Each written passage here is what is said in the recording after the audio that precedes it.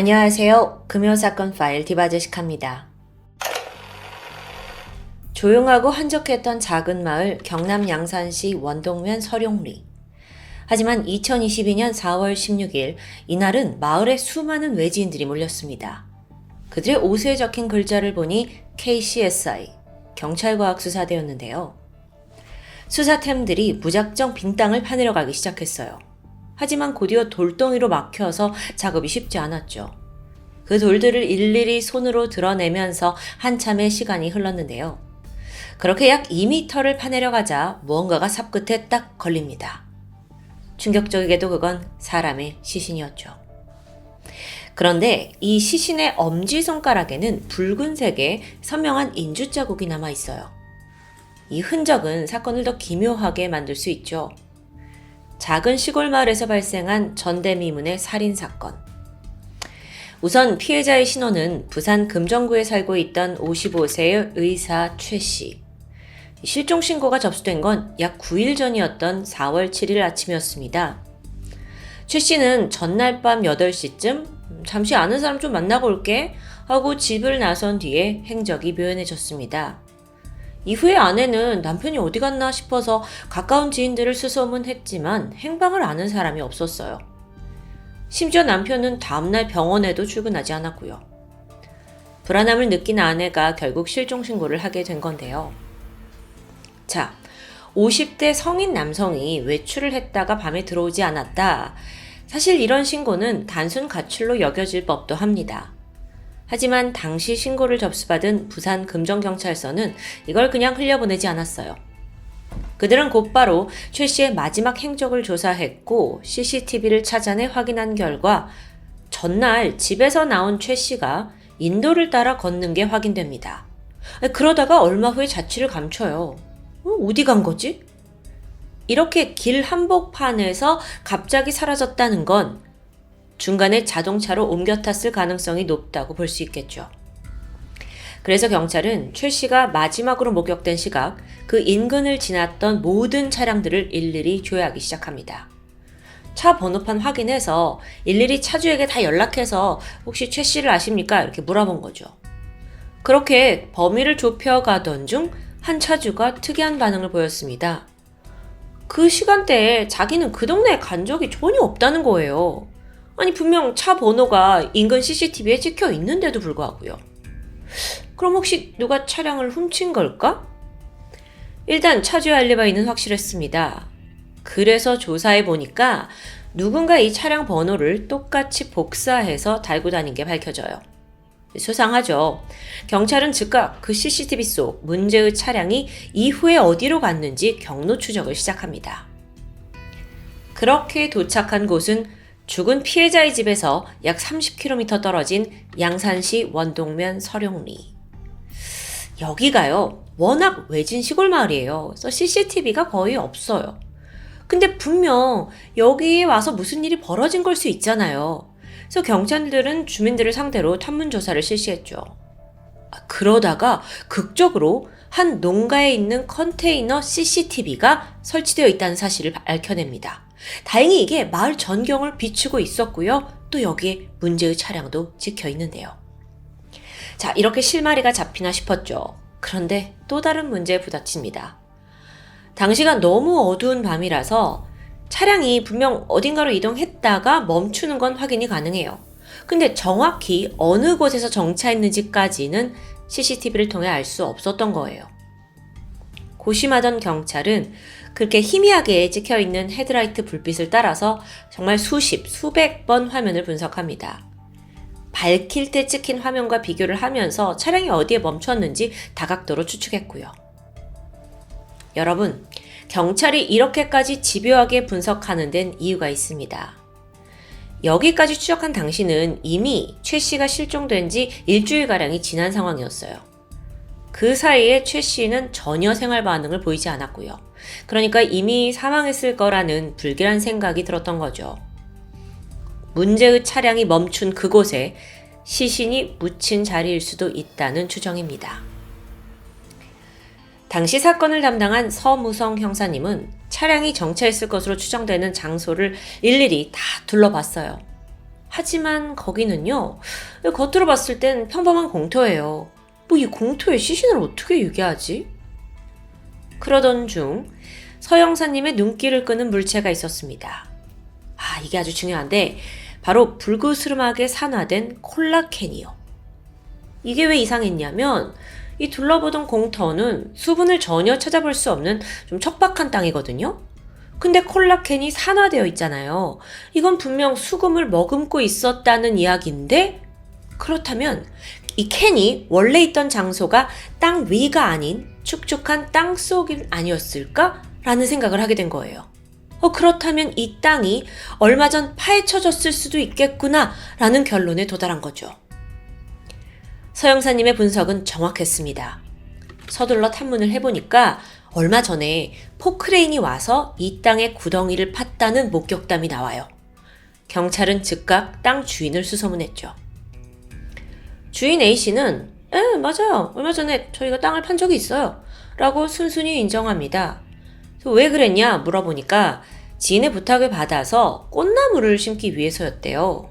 근데 어떤 지인이요? 그 사람은 40대 여성 심씨였죠. 땅 주인 A씨 증언에 따르면 지난 3월 31일 피해자가 실종되기 전인데 이때 심씨에게서 전화가 왔습니다. 서울에서 아주 좋은 꽃나무를 내가 가져오게 됐는데 이걸 좀 한 2, 3년만 A씨 땅에다가 좀 심어도 될까? 하는 부탁이었어요. 근데 거기가 워낙 비어있는 경작지였기 때문에 A씨는 흔쾌히 허락했고요. 그리고 3일 후인 4월 3일 포크레인 기사가 와서 깊이 1.3m, 너비 2.5m의 구덩이를 파게 됩니다. 그 자리엔 A씨와 그 지인 심씨가 함께 있었고요. 그런데 지금 이 장소에 나무는 보이지 않아요. 공터라고요. 그래서 알고 보니까 땅을 파놨는데 며칠 뒤에 심씨가 말하길 배송에 문제가 생겨서 나무를 옮길 수가 없어. 문제가 생겼다는 거예요. 그래서 별 수 없이 다시 땅을 덮을 수밖에 없었다고 말하는데요. 여기까지 확인한 서영사는 그 구덩이 속에 최씨 시신이 있을 수도 있다는 확신이 들었습니다. 그래서 주인에게 이 땅을 좀 파보자 라고 제안해요. 하지만 A씨는 무슨 소리냐, 말도 안 된다면서 경찰의 이 추정을 전혀 믿지 못했죠. 그도 그럴 게 그 문제의 지인 심씨가 내가 알기론 유능한 변호사인데다가 성격도 착하고 순수한 사람이라 절대 살인 같은 거에 연루될 사람이 아니라고 말해요. 글쎄요. 경찰은 여기서 혹시 우리가 땅을 팠는데 시신이 나오지 않을 경우에는 모든 걸 원상복귀하겠다라는 걸 약속하면서 강하게 밀어붙였습니다. 그렇게 드디어 4월 16일 감식반까지 동원돼서 대대적인 수색 작업이 시작된 거예요. 그리고 서영사의 예상은 적중했죠. 2m 정도 파내려가자 땅 밑에서 실종된 최 씨의 시신이 발견됐습니다. 당시 땅 주인 A씨도 함께 있었는데 너무 놀라서 그 자리에 주저앉고 말았대요. 이렇게 시신이 발견된 직후 문제의 심씨, 이 사람이 유력한 용의자로 떠올랐고 바로 경찰에 연행됩니다. 처음 그녀는 범행 일체를 부인했어요. 하지만 CCTV 영상 있죠? 또 땅 주인 A씨의 증언까지 쏟아지면서 물러날 곳이 없었던 모양인데요. 끝내 자백이 터져나왔죠. 자기가 최 씨를 살해한 후 이곳에 안매장했다는 사실. 그렇게 심 씨가 밝힌 사건의 진상은 이러했습니다. 우선 모두가 변호사로 알고 있던 심 씨요? 그저 평범한 가정주부였어요. 그런데 주식 관련 온라인 사이트에서 활발하게 활동을 하던 중 그녀는 자신을 저는 주식 전문 변호사예요 라고 소개한 흔적이 나타납니다. 게다가 평소에 부모님은 고위 공무원이고 내 동생은 의사다 라면서 막 가짜 인생으로 늘 포장을 해왔던 것도 밝혀져요. 안타깝게도 이 거짓말에 피해자 최 씨가 속았던 겁니다. 변호사라는 심 씨, 그녀를 전적으로 믿고 큰 돈을 투자하게 되는데요. 그리고 투자 초기에는 사실 심 씨가 매월 수익금입니다 하면서 수백만 원에 달하는 돈을 입금해줬어요. 꼬박꼬박요. 그러니까 믿음은 점점 커져만 가죠. 그러던 2017년 4월 두 사람은 이게 너무 잘 되니까 아예 투자 사무실을 차리기로 해요. 그러면서 경남 양산시에 원룸을 하나 얻게 되는데 이때 보증금은 최 씨가 내고 월세는 심 씨가 부담하기로 합니다. 그렇게 이들의 주식 투자는 순조롭게 돌아가는 듯 했죠. 하지만 시간이 지나면서 이제 경제가 크게 흔들렸죠. 주식도 곤두박치기 시작했고요. 근데 또 이때쯤 피해자 최 씨는요, 의사잖아요. 본업이 너무 바빠서 이 투자한 주식에 대해서는 잘 살피지 못하고 있던 때입니다. 워낙 심 씨가 돈을 잘 벌어오니까 잘하고 있겠지 라고 철석같이 믿었던 거예요. 그러던 2022년 3월 28일 따르릉 하고 원룸 주인으로부터 최 씨가 뜻밖의 전화를 받게 돼요. 월세가 밀렸다는 거예요. 월세는 심 씨가 내기로 했는데 상황이 안 좋은가?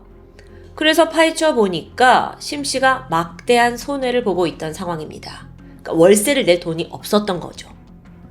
그제서야 최 씨는 이미 투자했던 수억 원의 원금까지 다 날아간 상태였다는 걸 깨닫게 되고요. 심지어 투자비로 내놓은 1억 원을 심 씨가 투자가 아닌 개인적인 용도로 사용했다는 것도 밝혀집니다. 열받죠. 그래서 크게 분노한 최 씨는 전화를 해서 당장 내 1억을 내놔라 라고 요구했어요. 그러면서 내놓지 않으면 심 씨의 남편에게도 모든 사실을 말하겠다고 했죠.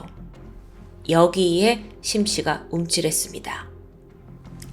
사실 그녀는 이미 주식으로 과거에 큰 돈을 잃은 전적이 있어요. 이때 남편하고 부딪히면서 거의 이혼까지 갈 만큼 위기를 맞았거든요. 그래서 그때 내가 2번 다시 주식 안 할게 이렇게 약속을 했다고 합니다. 근데 만약 최 씨가 지금 내가 이렇게 돈을 잃고 했다는 거를 남편한테 얘기한다면 절대 안 되죠. 근데 또 지금 최 씨한테 돌려줄 1억 원도 없어요. 그렇게 궁지에 몰린 심 씨가 끝내 극단적인 생각에 빠지게 돼요. 최 씨 죽여야겠다.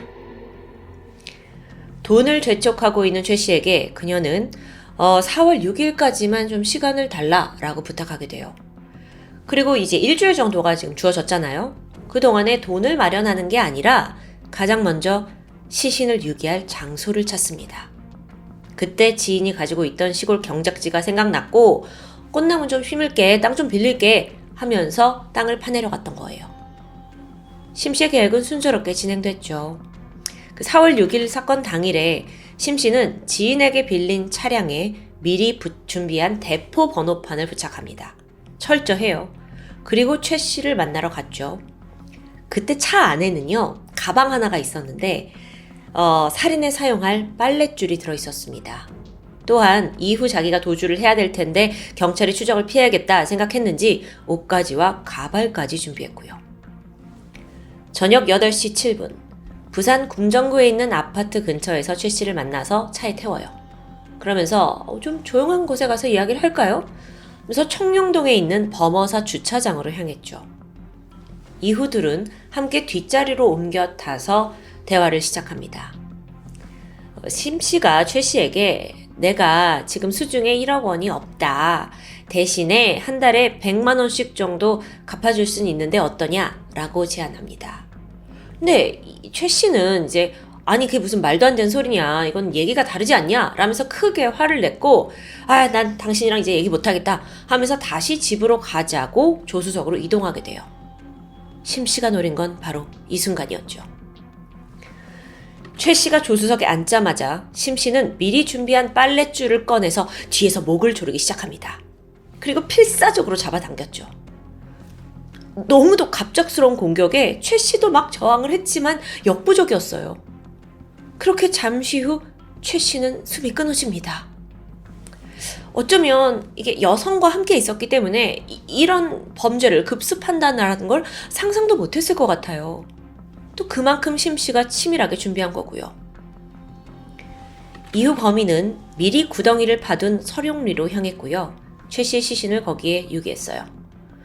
구덩이가 워낙 깊어서 혼자의 힘으로 이 땅을 다 메꾸는 건 불가능해 보였죠.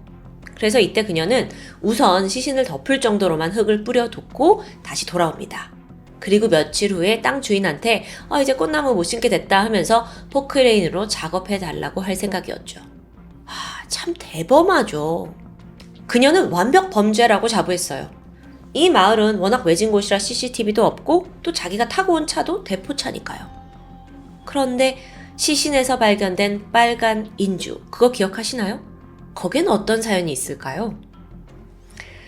자, 시신을 잘 은폐했다고 안심하고 있던 심 씨에게 예상치 못한 전화가 한 통 걸려옵니다. 바로 최 씨의 아내였어요. 남편이 없어지고 막 수소문하고 있는데 아내는 사실 이미 남편과 심 씨가 이렇게 투자 관계에 얽혀 있다는 걸 알고 있었거든요. 그래서 혹시 내 남편을 만나지 않았냐, 행방을 알고 있냐 물었죠. 이때 심 씨가 빠르게 둘러댑니다. 우리 둘은 이미 몇 년 전에 사업 다 정리했어요. 내가 그 증거로 계약서도 보내줄 수 있는데? 물론 그 계약서는 애초에 존재하지 않았거든요. 그래서 심 씨가 급하게 막 허위 계약서를 작성한 거예요. 그 내용을 잠시 살펴보면 심 씨와 최 씨의 관계가 4년 전인 2018년 끝났다라는 게 명시되어 있고요. 근데 사실상 이 거래 내역을 보면 둘 사이에는 2018년 이후에도 내역이 남아있잖아요. 그래서 이걸 뒷받침하기 위해서 2021년 7월부터 12월까지 월 400만 원을 지급한다는 조항을 추가합니다. 게다가 마지막 내용이 참 기가 찬데 최 씨가 사망할 시 남은 투자금은 모두 심 씨, 나에게 귀속된다라는 조항이에요. 그러니까 사람 죽여놓고 끝까지 돈을 다 빼먹으려는 욕심이 정말 그득한 거죠. 그렇게 계약서를 쫙 작성하고 심 씨는 자신의 이름과 지장을 찍습니다. 근데 문제가 있어요. 죽은 최 씨의 지장이 필요하잖아요. 그래서 다시 그녀는 최 씨의 시신이 묻혀있는 서룡리로 향하게 되죠. 4월 7일 심 씨는 안매장 장소에 도착했습니다. 그리고 지난밤 시신 위에 덮어둔 흙을 다 걷어내요. 죽은 최 씨의 모습이 드러났죠. 거기서 얼른 시신의 왼손 엄지에 인주를 잔뜩 묻히더니 계약서에 지장을 찍고 다시 시신을 흙으로 덮은 뒤 돌아섭니다.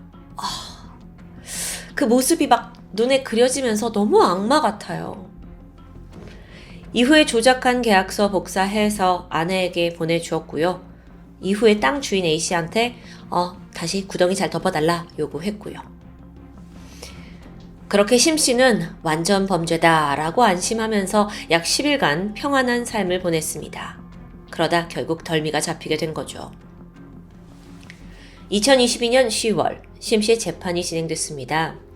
재판부는 그녀가 철저히 사전에 살인을 계획했다는 점, 게다가 이미 사망한 피해자의 지문을 꺼내서 찍고 사문서를 위조한 점을 아주 강하게 지적했습니다. 이거는 살인으로도 모자라서 고인을 능욕한 거니까요. 결국 심 씨에게는 무기징역이 선고됐는데 이게 너무 과하다고 여긴 걸까요? 심 씨가 항소했죠. 결국 작년 2023년 5월 최종 선고에서 대법원은 선고를 기각하고 형량이 다소 줄어든 징역 30년형을 확정합니다.